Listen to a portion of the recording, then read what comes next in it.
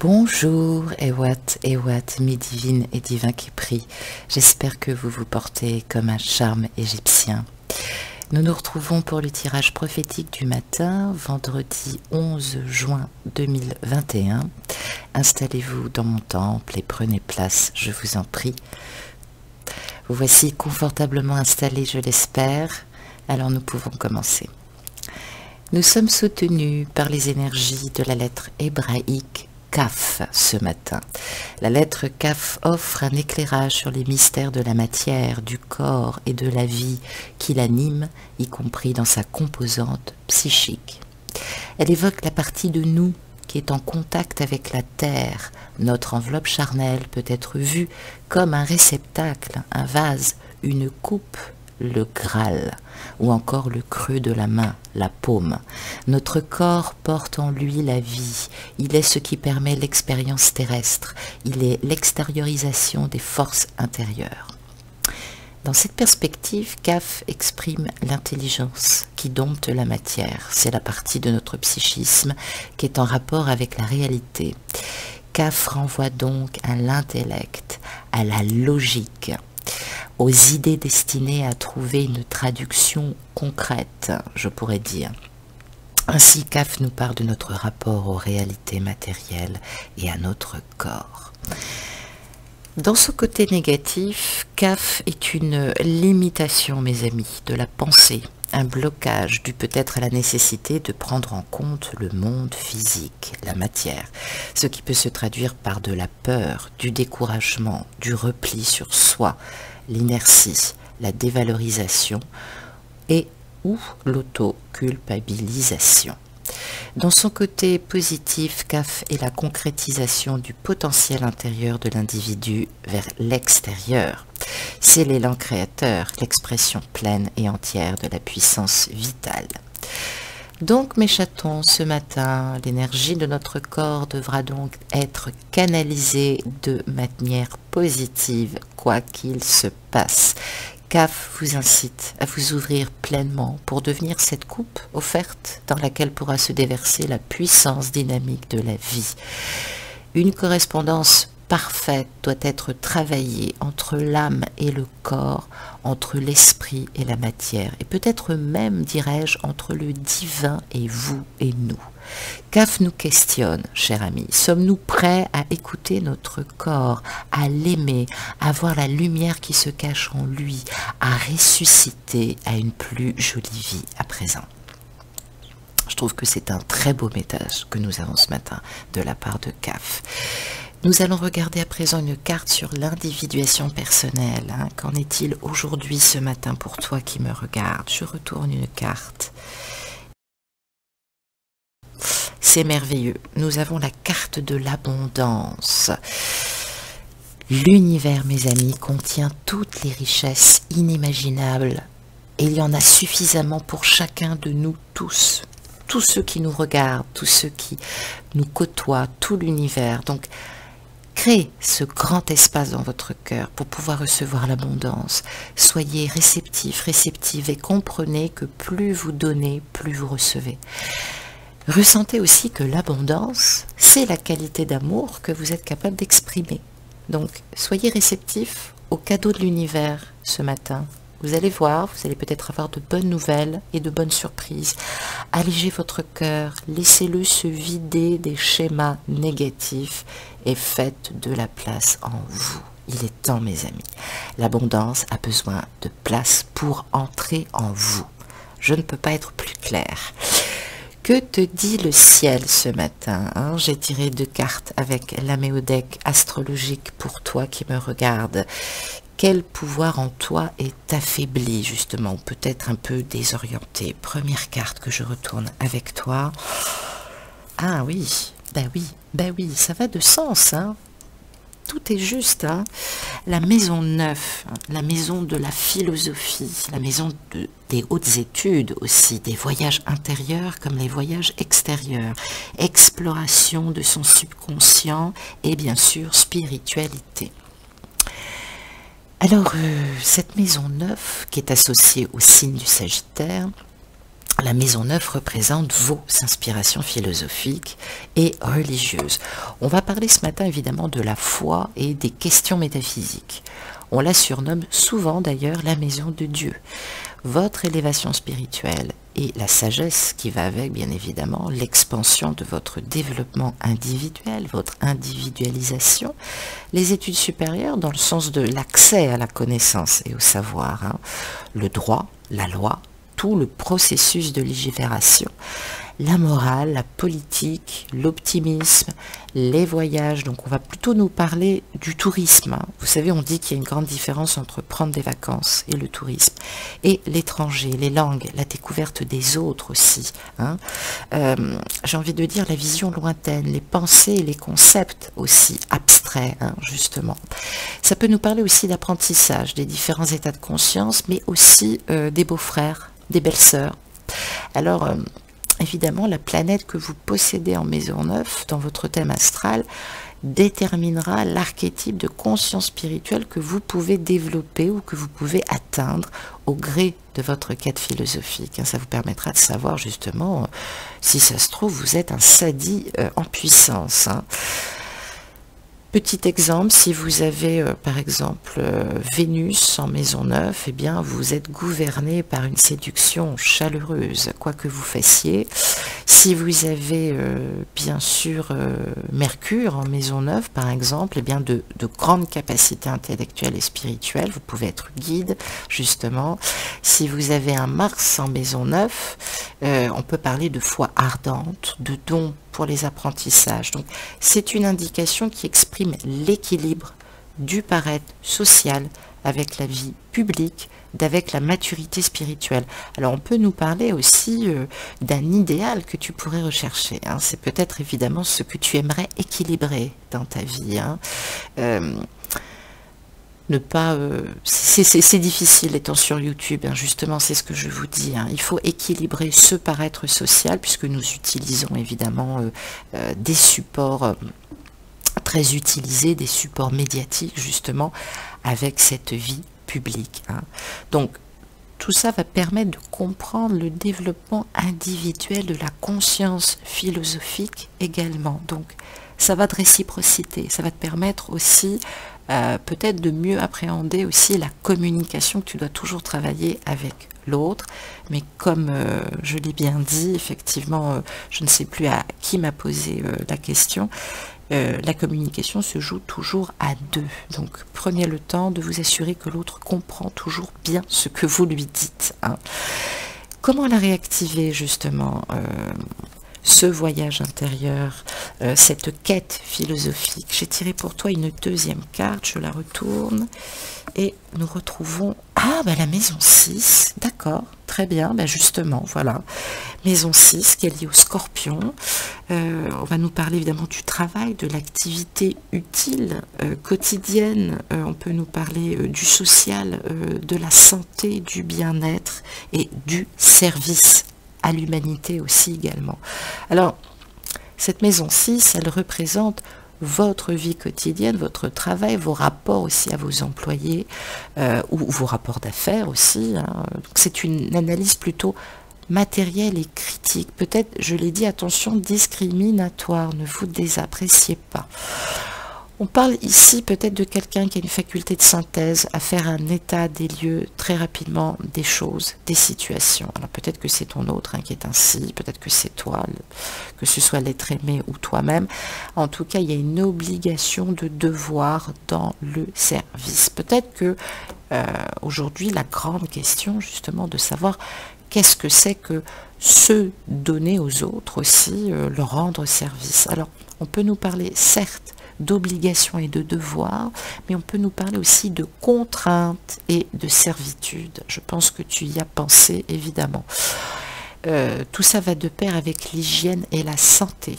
Hein. On peut nous parler aussi ce matin des petits bobos, des petites maladies aussi chroniques, parce qu'on somatise aussi, parce qu'on est trop fatigué, justement. Alors attention, la maison 6, ce n'est pas la maison 12. Hein. La maison 12 représente la maladie en elle-même. Alors, la maison 6, elle représente aussi l'achèvement de l'individu au sein de sa socialisation. Hein. Donc on parle aussi de la fin du processus d'individuation chez les initiés, justement en maison 1, sur la personnalité. La maison 1 représente aussi l'ascendant, hein, voilà. Donc on parle bien là de crise de croissance personnelle. Hein. Donc c'est peut-être que cette crise de croissance personnelle, elle se mélange à la conscience collective. On parle peut-être d'émergence du rapport à la société. Peut-être que ça portera aussi beaucoup de changements sur le plan transpersonnel. Alors, c'est vrai que dans la famille, chez certains astrologues, on a tendance à l'attribuer uniquement aux oncles, aux tantes, aussi aux beaux-pères d'ailleurs. Hein. Bon. Donc là, on vous demande ce matin de bien faire attention à l'équilibre physiologique et aussi à une éventuelle fatigue. Donc, quelqu'un ou l'être aimé est en pleine crise existentielle, ça peut nous parler de nouvelles adaptations à créer, on peut nous parler d'introspection, on peut nous parler, je l'ai dit, de fatigue. D'un autre côté, c'est vrai qu'avec la maison 6, nous terminons l'hémisphère de l'introversion en ce moment de notre monde secret, de la matière, de la vie intérieure, avec le changement de vie présent, hein, qui va nous porter justement à l'automne, septembre, octobre à venir. Donc tout ça est en mutation, si je puis dire. Hein. Donc ça suit son cours. Hein. On n'est pas vraiment dans le travailleur de l'ombre, mais il y a de très belles transformations qui sont très fatigantes. Hein. On peut me parler aussi d'angoisse et de peur, hein, que ce soit pour toi ou pour ton autre. Qu'est-ce qu'on doit lâcher encore? Qu'est-ce que doit lâcher cette personne? Où doit-elle se diriger si elle a terminé évidemment ce chemin de voyage intérieur et d'introspection? J'ai tiré une carte d'Ho'oponopono justement pour que nous puissions savoir un peu l'état d'esprit de ton autre. Et j'ai tiré merci. Ouf, apparemment le voyage s'est bien passé, si je puis dire.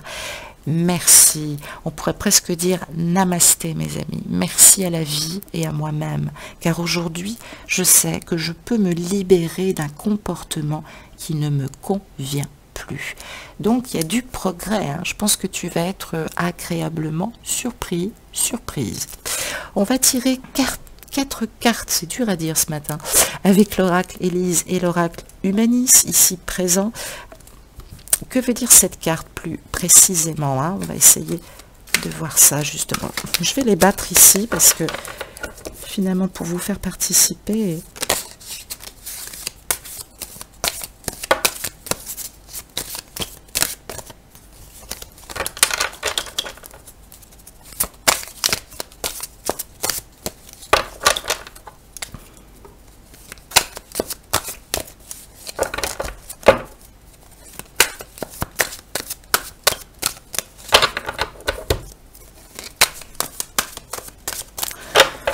Voilà, je vais étaler devant vous un petit peu plus les cartes.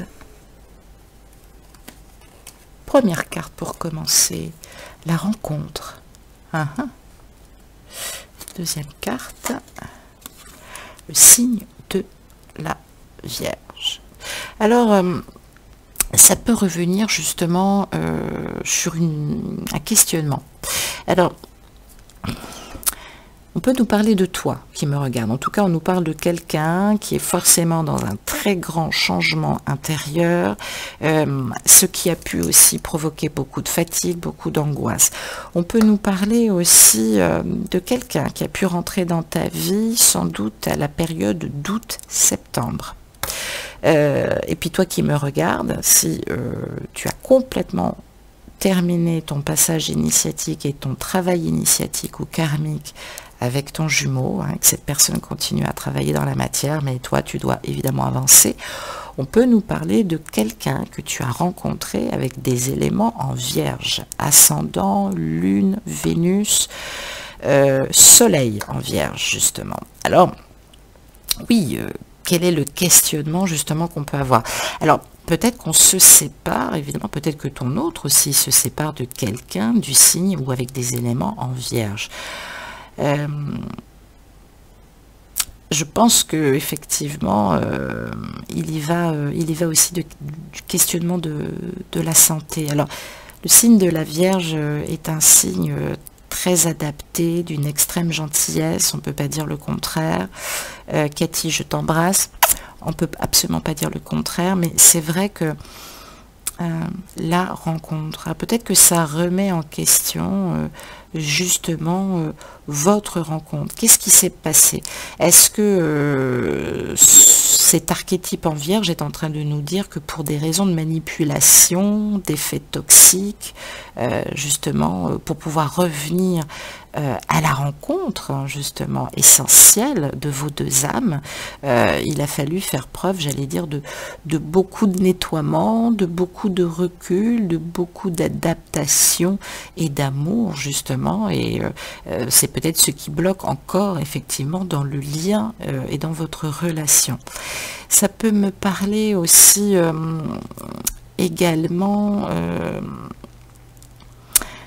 tout ce qui va présider à la rencontre. En tout cas, peut-être se retrouver. Il y a peut-être quelqu'un, effectivement, une période qui bloquait.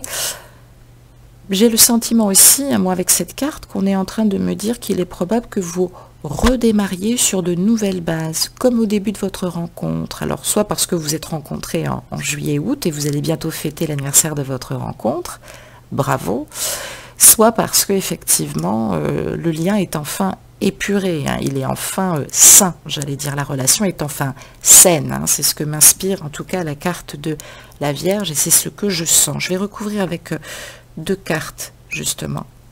Ah ben, j'en ai pris deux en même temps. Effet boomerang, manipulation. Ouais, donc c'est ce que je pressentais. Hein. On parle de rétribution karmique. Hein. Donc ton autre est en train d'assainir la relation. Franchement, il y a un travail de fond très important qui est fait. Il y a eu un effet de rétribution karmique et d'effet boomerang par rapport à ce qui avait été laissé plutôt aller, j'allais dire, probablement à tort, en tout cas dans sa précédente relation ou dans une précédente relation. Ça peut te toucher, toi qui m'écoutes, du signe de la Vierge. Hein, tu as peut-être été dans une précédente relation où il y avait beaucoup de manipulation. Attention à ces rétributions karmiques qui risquent de se représenter dans le lien avec ton autre. Bien travailler l'épuration, bien travailler le manque de confiance, le fait d'avoir été totalement sous domination, justement, ben, on dit qu'il y a encore pas mal de karma encore avec cette personne. Et ça peut nous parler évidemment de l'être aimé qui est en train d'assainir à nouveau la relation. Alors, je pense qu'il y a eu un effet de manipulation là. Il s'est passé quelque chose et j'ai l'impression que la personne là, au retour, elle vient de comprendre enfin quelque chose. On parlait de prise de position. C'est ce qui va lui permettre forcément d'agir. En tout cas, il y a une grosse prise de conscience ce matin. C'est plutôt positif. J'ai tiré également 4 cartes de l'oracle du grand amour, ce qui va nous donner une indication plus élémentaire sur ce qui nous attend. Bientôt, en tout cas je l'espère, en termes de relations et de sentiments amoureux. Première carte. Ah, ben voilà. La crise, vous voyez. Et deuxième carte. Ah, la bonté. Ouais, ouais. Oui, bon, ben voilà, c'est ce qui le sauve. Alors, moi j'ai l'impression que, attention, attention au coup de bourre, j'allais dire, au fait de pousser l'autre dans ses retranchements. Hein. J'ai vraiment l'impression que cette personne-là, alors peut-être que oui, tu le tannes, tu le presses, en tout cas cette personne se sent acculée. Crise.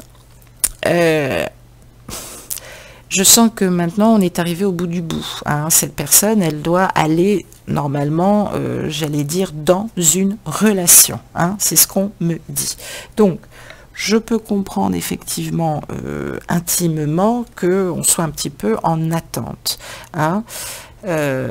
J'allais dire que pendant cette période-là, il est important de rester dans ta bonté. Hein, c'est très important.